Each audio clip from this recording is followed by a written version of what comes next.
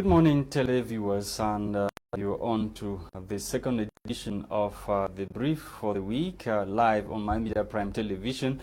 On this program, we get to dig several layers beneath some of the striking headlines the papers carry for the day. And on the program today, we call it Revisit Coronavirus Pandemic, the non-respect of the barriers measures as by Cameroon Tribune and other newspapers, as well as the medication of Monseigneur Samuel Kleda that equally took or caught the interest of some French newspapers in the country. Today, Audrey Zagzag is here after a celebration of Women's Day yesterday with us in the studio to read the headlines for you in the French language. Bonjour, Audrey.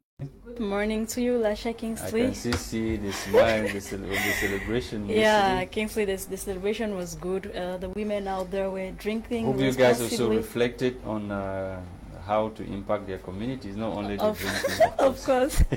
Bonjour à vous, fidèles téléspectateurs de Débrief. Eh bien, c'est toujours un honneur et un plaisir de vous retrouver pour notre émission. Eh bien, ce matin, les journaux se focalisent ou alors se sont focalisés sur la recrudescence du Covid-19 et le non-respect, n'est-ce pas, des Camerounais des mesures barrières édictées par l'Organisation mondiale de la santé. Et également dans les journaux ce matin, on parle, n'est-ce pas, du retour volontaire de la première vague des Nigériens, des réfugiés nigériens. Donc le journal Émergence par lequel nous débutons ce matin en parle.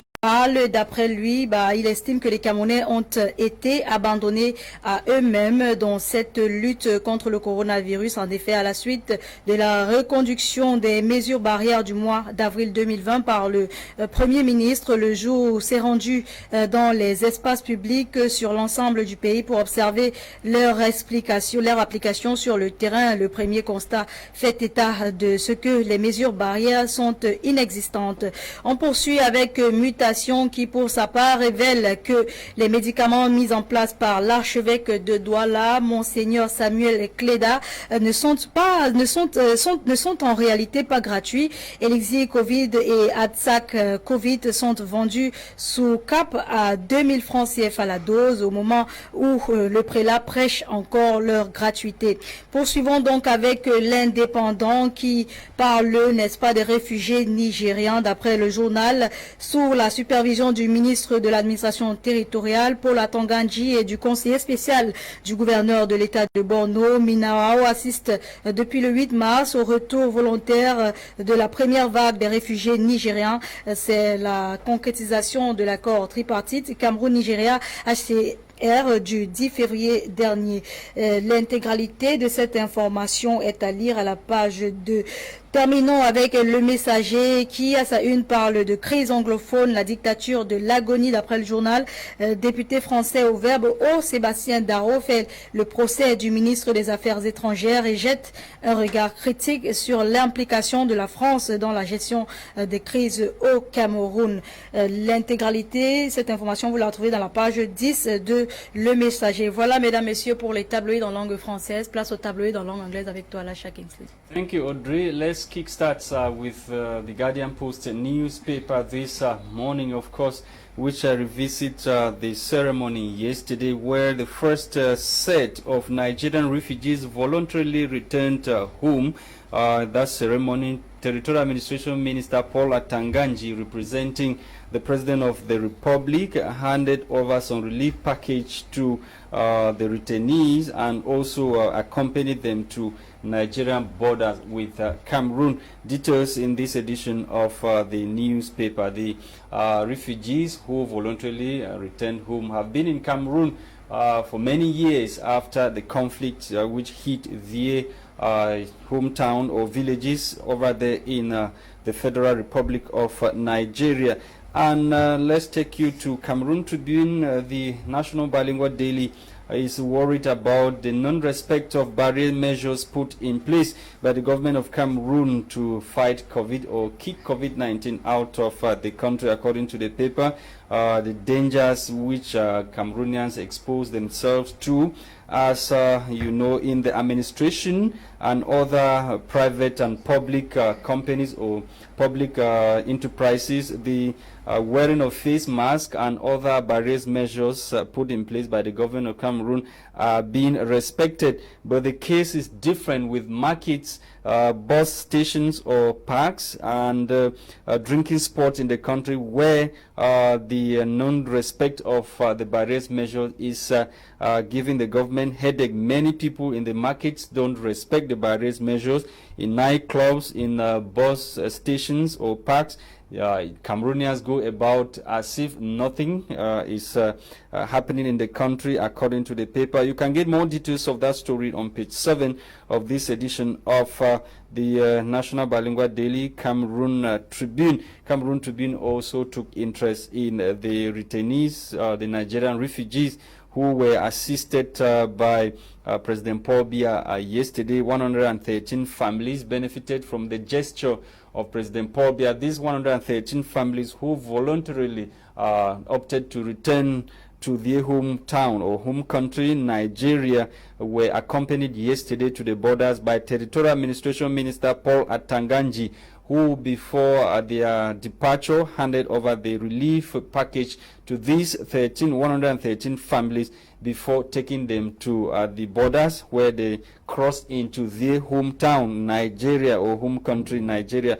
Municipal Update is also interested in the COVID-19 alert, the non-respect of barriers measures by Cameroonians in the markets and other public spaces after the jump in the cases of coronavirus in the country from 25,000 to over 35,000, and the government warning about the non-respect of the barriers measure is still not getting into the heads of Cameroonians as they keep disregarding the barriers measure put in place by the government of Cameroon and boosted by the World Health Organization to ensure that the population is safe from the deadly coronavirus pandemic. And Municipal Updates also reports about the ceremony yesterday where Mina Boss bids goodbye to pioneer batch of returning Nigerian refugees. Before he sends them off, he handed over relief package from President Paul Biya to the 113 families and over 500 retainees who decided to go back to their home country, Nigeria, after spending many years in Cameroon. And Bilingualism Commission embarks on war against hate speech and xenophobia.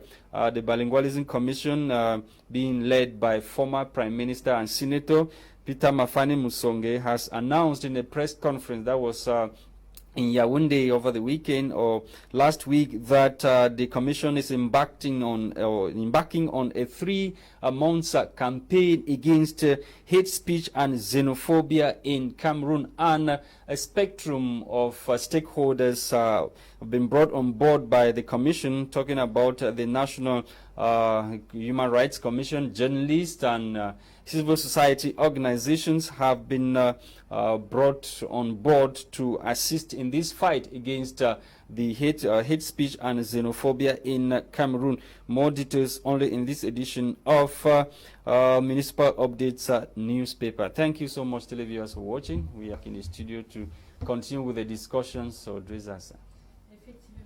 Et ce matin, nous recevons Sœur Moutaga Sylvanus. Bonjour, monsieur. Bonjour, Drizasa, bonjour, mon cher ami. Lasha Kingsley, bonjour à tous les nombreux téléspectateurs de ma Media Prime TV. Une fois de plus, j'aimerais rappeler à tous les téléspectateurs que la COVID-19 tue. Vous pouvez voir, je suis arrivé ce matin avec mon masque, juste pour vous montrer que on ne devait pas prendre la pandémie de la COVID-19 comme la blague, comme c'est en Afrique. Les gens pensent toujours que le noir ne meurt pas, et toutes ces maladies sont seulement en Europe et que l'Afrique est épargnée. Mais je peux vous rassurer que j'ai vu plusieurs personnes tuées par la COVID-19. À l'instar, je pense la semaine dernière, on a assisté à Yaoundé, un ami, paix à son âme. il est décédé de la Covid-19. C'est une pandémie que nous devrons être très très prudents. D'accord, et justement en parlant de cette pandémie, alors que le gouvernement ne cesse de médiatiser une progression, n'est-ce pas, du coronavirus, on constate encore que dans les marchés, les journaux en parlent même ce matin, Cameroun Tribune en parle, les marchés sont toujours, on a l'impression que les gens ne suivent pas, ne respectent pas les mesures barrières qui ont été édictées par le gouvernement. Que faut-il réellement faire? Audrey, sans plus tarder, je pense que nous sommes les nègres. Vous savez, le nègre est toujours le genre qu'il faut les instruire souvent avec la chicotte avant qu'ils prennent conscience que ce qu'il est en train de faire est très dangereux. Je me souviens à l'époque là, certains de nous étaient encore en prison. On voyait comment que le gouvernement avait déployé les forces de maintien de l'ordre dans tous les lieux publics pour assurer à ce que les Camerounais portent leur masque. Et aujourd'hui, comme on avait juste lâché certaines mesures de barrières contre la Covid-19 pour les Camerounais, ils pensent que la Covid-19 est déjà une histoire. Et je pense aussi que, vous savez, la pauvreté est l'un des facteurs qui menace les Camerounais. Parce qu'aujourd'hui, dire à un Camerounais de rester chez lui, je ne pense pas que ça sera très facile pour lui de rester chez lui parce que nous savons combien de Camerounais souffrent. Un Camerounais lambda, je ne pense pas qu'il peut se vanter qu'il peut avoir 500 le matin pour manger, sans rester pour avoir le petit déjeuner. But if they have to go out, what concretely should they do to respect the barriers measures? For example, social distancing.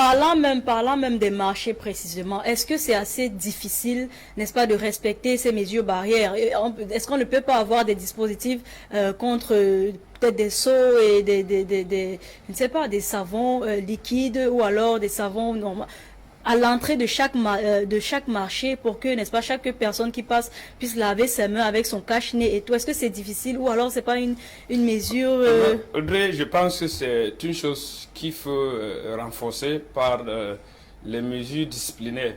Parce que si on renforce les mesures barrées par les mesures disciplinaires, je pense que le Camerounais, il va certainement s'adapter. Parce qu'il faut, dans tous les marchés, imposer à ce qu'il y a les seaux d'eau, il y a je pense l'eau pour que chaque personne, même le savon, pour qu'il lave les mains.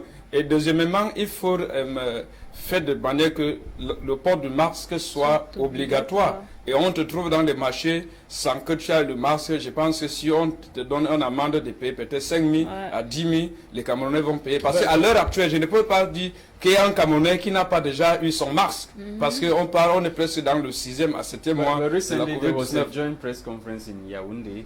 I want to talk about the press conference because this concerns those, most of us journalists are wondering, those who are to enforce this. The Delegate General for National Security was amongst those who assisted in that joint press conference in Yaoundé.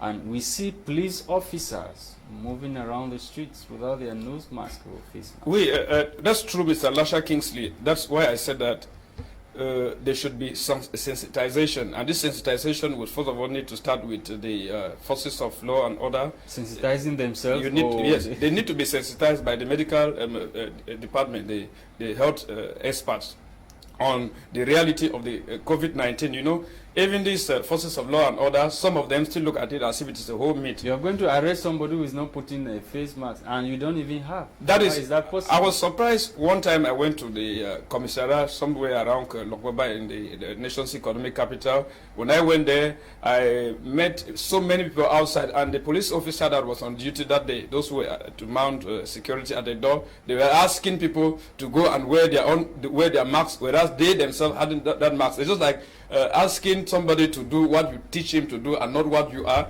doing. So if this medical experts start by sensitizing these people, because normally we teach by examples, that's the most practical. Most tell you that they are not comfortable in the nose mask when you put them on. It is not very comfortable, but life is more precious than the normal ordinary comfort we can have, because life hasn't a duplicate. I think I, for one, wearing the mask is not something that we grew up with it. So it's cumbersome, it's very boring wearing the mask, but when you look at the tangible benefits and the intangible benefits of wearing the mask at this very precarious moment of the COVID-19, I think you wouldn't say no, you need comfort to your existence on earth. Okay. Et comment ça se fait même qu'à l'heure d'aujourd'hui on parle d'une recrudescence du coronavirus alors que on a Monseigneur Cléda qui a, n'est-ce pas, sorti une concoction d'un produit pour lutter contre cette maladie, et en plus apparemment il y a des gens qui vendent cela à 20 000 francs CFA alors que le prélat lui-même a indiqué que c'est gratuit.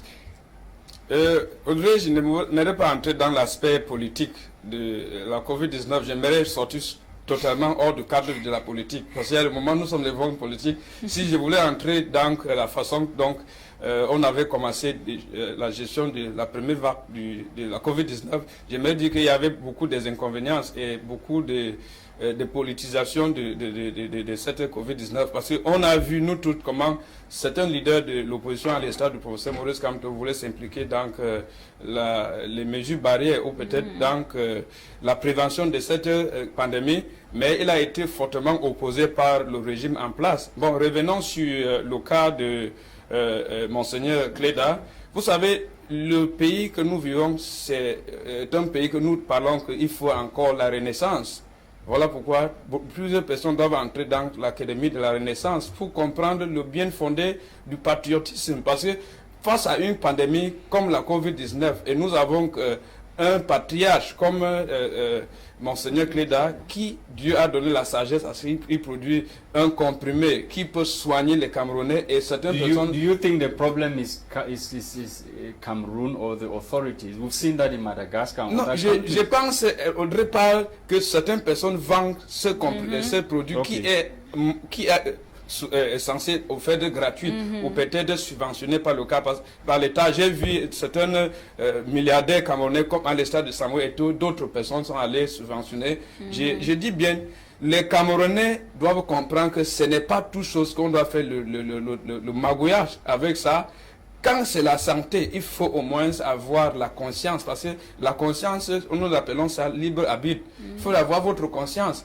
À quoi servit à l'homme de gagner le monde et perdre son âme? Parce que des gens s'agitent souvent et ne savent pas que non, il y a la vie après la mort, il y aura le jugement. Je vous en prie, que les athéistes restent toujours dans leur coin en train de penser que non, quand l'homme est déjà mort, c'est fini pour lui. Et on dit souvent tous ces pays ici-bas, je dis non, il y a l'enfer qui existe. Parce que c'est regrettable de voir ce genre de choses se passer. D'accord. Non, mais justement, je veux revenir, n'est-ce pas, sur ces 20 000 francs. Alors, le coût, 20 000 francs. Est-ce que ce n'est pas la méchanceté purement je ne sais pas, de ces personnes-là qui s'adonnent à de tels actes, sachant très bien que Monseigneur lui-même a dit c'est gratuit? Madame Audrey, je pense que cela relève du fait du laxisme, surtout donc de l'autorité camerounaise. Parce que le moment, vous savez, si ces gens sont appréhendés et on les prend, les enfermer, vous savez comment ça va se passer. Il y aura la corruption, les gens vont aller par derrière payer à ce que... Moi, j'aimerais à ce que les OPG font leur travail. On trouve des gars, les gens coupables dans ce genre de bêtises, je peux dire ce genre de méchanceté, il faut les appréhender et les jeter en prison et les payer jusqu'à le dernier centime de ce qu'ils ont fait. C'est juste ce que je pense. Parce que je dis, ça ne nous honore pas. Vous avez vu des centaines de milliers de personnes mortes dans les pays occidentaux. En Afrique, je peux dire que c'est Dieu seul qui est en train de nous épargner de cette pandémie. Sinon, vous voyez comment l'Afrique est pauvre, mais on trouve encore des moyens pour nous guérir. Mais d'autres personnes, je pense que c'est aussi... Je ne peux même pas dire que c'est la pauvreté, parce que de moment, je veux dire une chose. Je disais à quelqu'un une fois, la pauvreté ne vient pas enlever l'intégrité de l'homme.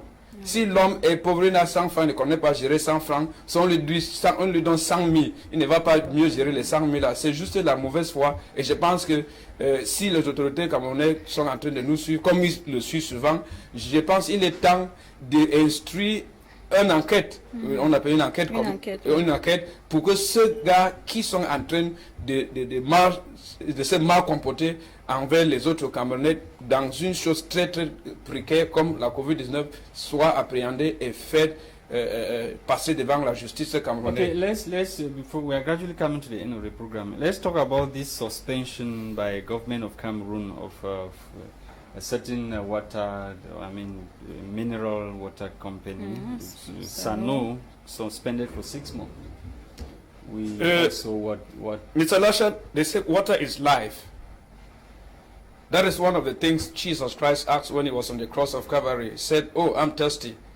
We don't know whether if that water was given to Christ, what would have happened. But then he was fulfilling. When you read the story and you also watch the videos, when you look at this 6 months suspension, is it really equivalent to the act, the punishment? When you look at the act and the punishment, 6 months. I want to think that. And you know the number of people probably that might have been touched by their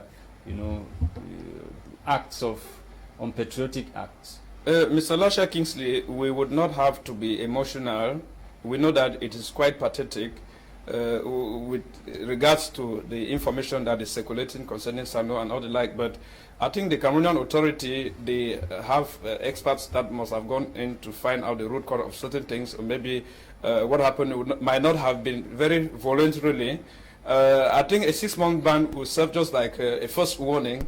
And after that, if they have to continue, there will be subsequent sanctions that will be carried out. Like I was saying, water is life. And I think the proliferation of many water companies today, because people, especially in major cities like Douala, which the temperature here is quite higher than you can have it elsewhere, makes the high temperature, people look at water, the selling of water as a very lucrative. Why must people toy with the lives of Cameroonians? We've seen even with the production of sachet whiskey by one very big company, the conditions under which they were producing these things. Mr. Lasha Kingsley, when you read Jeff Archer's book, it is written a penny, not a penny more, not a penny less. You find that Jeff Archer says somewhere that making £1 million legally is very difficult than making £1 million illegally.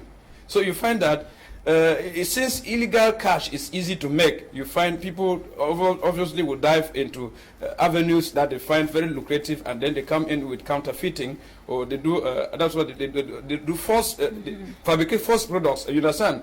It's as a result of making quick cash. You want to make quick cash at all time. Sometimes it also has to do with the degree of moral education that these people have received and the laws that are in place. Because so they do it in complicity. It is yes, that's why I say it is in complicity sometimes with certain forces of law and order. Because if our forces of law and order pretend or tell us, justement parce que parlant de cette histoire de Sano, les responsables, il faut le dire, les responsables de la structure a contesté l'arrêté du ministre des Mines, de l'Industrie et du Développement technologique en brandissant les résultats des analyses biologiques qui ont été réalisées par l'un de notre ministère. Je veux être très objectif dans mes analyses. Si le ministère de l'eau, l'énergie et de la santé, ils ont fait leur analyse biologique, ils ont trouvé que la qualité d'eau qui est vendue par Sano n'est pas ce qui est acceptable. Je pense qu'ils relèvent c'est de leur droit de chercher des experts, soit internationaux, ou saisir les instances qui peuvent intervenir et faire un contre-rapport s'ils pensent qu'il y a quelque chose qui se cache derrière. Parce qu'il faut comprendre que comme l'eau est une chose qui est très nécessaire, personne ne peut éviter de boire de l'eau. D'autres sociétés peuvent être dans la gestion, dans la gestation, être créées, et il faut tenir l'image de notre société pour qu'une autre société naisse. Vous comprenez comment ça se passe. Et je pense que ça dépend d'eux. Mais pour moi, leur accréditation pour même créer la société, c'est le gouvernement camerounais. Je ne sais même pas pourquoi le gouvernement camerounais peut à un certain moment, if you are not respecting the contract. Voilà ce que je dis. Je sais pas. Je ne pense pas qu'on peut les accuser à tort. c'est à eux de nous porter les preuves. Okay. Bon, je veux dire, ça va arriver à une bataille juridique, clash, choc de titans, ces deux entités qui peuvent entrer en position de leurs avocats et des experts qui peuvent nous éclairer sur cette affaire. Thank you very much, Mutaga Sivanus. We've come to the end of the program. Thank you for always. Thank you so much, and let me use this opportunity to greet the first National Vice President of the Cameroon Renaissance Movement, Mr. Mamadou Mota, who is an engineer in agronomy. He will be here in the nation's political capital this very weekend on Saturday, and we are calling all the militants of the Cameroon Renaissance Movement who are based in the nation's economic capital, Douala, and even from the West region and the neighboring regions to the littoral region to give him a big welcome. Social distancing. Social distancing will be done, especially with the wearing of masks and all. Like I think we have they call it the gels. Yes, that will be used because we have much of it that was produced by the Survival Cameroon Initiative. Ok, merci beaucoup. Merci à vous, mesdames, messieurs, d'avoir suivi. C'était des briefs pour vous. Tout de suite après, c'est le Flash Info avec Fon Quinta. Thank you for watching televiewers. Christian Tebon produced the program as usual. For presentation, we've been Audrey Zaxa, myself, Lasha Kingsley. Bye-bye. Have a great day.